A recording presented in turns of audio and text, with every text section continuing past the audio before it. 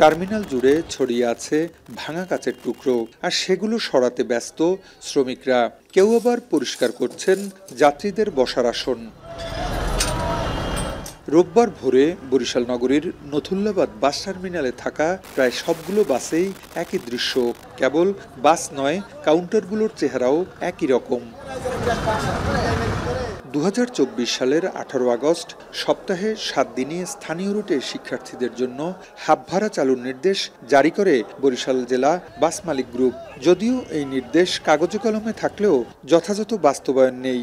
শ্রমিকরা এটি না মানলে যথাযথ ব্যবস্থা নেওয়ার কথাও উল্লেখ ছিল নির্দেশনায়, কিন্তু বাস্তবে তার কোনো প্রয়োগ নেই বলে অভিযোগ শিক্ষার্থীদের।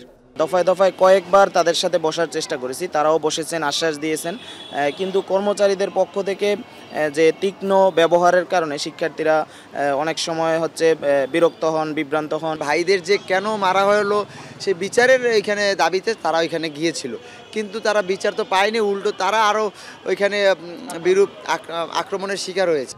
শনিবার হিজলা থেকে বরিশাল আসার পথে এক শিক্ষার্থীর সঙ্গে হাফ ভাড়া নিয়ে শ্রমিকদের তর্কাতর্কির এক পর্যায়ে হাতাহাতির ঘটনা ঘটে। খবর পেয়েই ওই শিক্ষার্থীর সহপাঠীরা টার্মিনালে গেলে পরিস্থিতি উত্তপ্ত হয়ে ওঠে। এরপরই শুরু হয় বড় ধরনের ভাঙচুর। একে একে স্থানীয় ও দূরপাল্লার প্রায় সব রুটের গাড়ি ভাঙচুর করা হয়। এ সময় হামলার শিকার হন বলেও জানান শ্রমিকরা। সামান্য হাফ ভাড়ার কারণে আজকে কোথায় একটা নতুল্লাবাদ টার্মিনাল থমথমে রয়েছে। টার্মিনালে অজগতা চলছে ছাত্ররা, তখন পুলিশ ছিল ওই সাইডে, পুলিশ কিন্তু এখানে আসে নাই। আমরা আছি রংপুর থেকে, লং রোডের গাড়ি, আমরা তো এরকম বিষয়ে কিছু জানতাম না, হঠাৎ করে দেখি গাড়ি ভাঙচুর হচ্ছে। হামলা ভাঙচুরের ঘটনা শুধু বাসেই সীমাবদ্ধ থাকেনি, কাউন্টারগুলোও তছনছ করা হয়। ফলে ডিজিটাল টিকেটিং ব্যবস্থা বন্ধ রয়েছে। অন্যদিকে বাসগুলো যাত্রী পরিবহনের অবস্থায় নেই, আর এ কারণে বাস চলাচল রোববার সকাল থেকে পুরোপুরি বন্ধ রয়েছে। ফলে দুর্ভোগে পড়েছেন সাধারণ যাত্রীরা।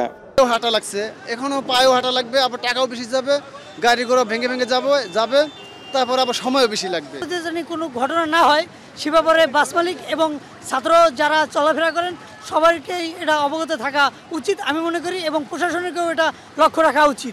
শনিবার হামলা ও ভাঙচুরের ঘটনায় অন্তত 200 বাস ক্ষতিগ্রস্ত হয়েছে বলে জানান মালিক সমিতির সাধারণ সম্পাদক। আর সভাপতি বলছেন, কেবল ভাঙচুর নয়, বাস কাউন্টারে লুটপাটের ঘটনাও ঘটেছে। লাঠি, সোটা, দেশীয় অস্ত্র, ইট নিয়ে 1500 থেকে 1600 ছাত্র অতর্কিতভাবে হামলা করছে এবং স্ট্যান্ডের সকল গাড়ি ভাঙচুর করছে। তো গাড়ি তো মালিকের, এটা তো শ্রমিকের না, শ্রমিক চালায় আমাদের, গাড়ি তো ভাঙা উচিত না, কোনো কিছু নাই, ল্যাপটপ, টাকা পয়সা সব নিয়ে গেছে। এটা শুধু ভাঙচুর না, এটা তো লুটপাটও তো করছে। ঐতিহ্যবাহী বরিশাল বিএম কলেজে শিক্ষার্থী প্রায় 30,000, এর 60% বিভিন্ন এলাকা থেকে বাসে যাতায়াত করেন। তবে এ ধরনের ঘটনা এড়াতে শিক্ষার্থীদের নির্দেশনা দেওয়া হয়েছে বলে জানান কলেজের অধ্যক্ষ। এখানে আমার অনেক ছাত্র, পুরো রুম ভরা ছিল, এবং ওদের সঙ্গে এই বিষয় নিয়েই অনেক কথা হয়েছে। ওরা মামলা করার জন্য আমার কাল রাত থেকে বলতেছে যে মামলা করেন স্যার, ওরা আগে মামলা করে ফেলবে। তখন আমি বলছি যে মামলা করিয়া, এবং সেই বিষয় নিয়ে আজকে কথা করিয়া ওদের উত্তেজনা মোটামুটি প্রশমিত করছি, এবং আমরা মোটিভেশন চালাচ্ছি, এবং আমরা অনেকটা অগ্রগতি অর্জন করেছি, এবং আশা করি বাকিটাও আমরা পারব।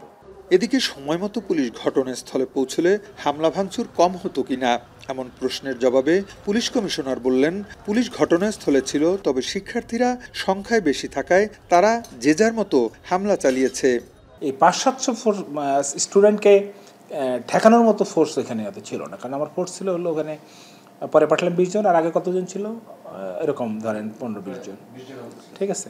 আর ছাত্ররা এসে তখন যেহেতু এক পক্ষ নাই, তখন ওইখানে তারা যে দিক দিয়ে পারছে ওইটা একটু ভাঙচুর চালিয়েছে।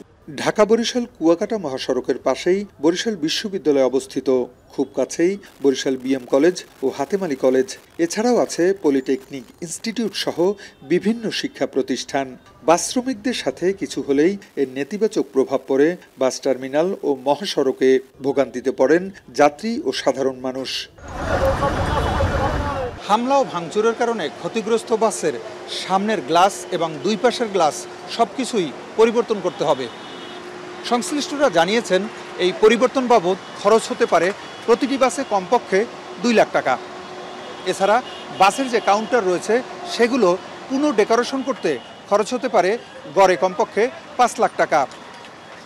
অর্থাৎ বাস এবং কাউন্টার এগুলো সচল করতে হলে মোটামুটি 7 থেকে 8 কোটি টাকা খরচ হতে পারে, এমনটি জানিয়েছেন সংশ্লিষ্টরা। ফেরদাউস সোহাগ, এখন, বরিশাল।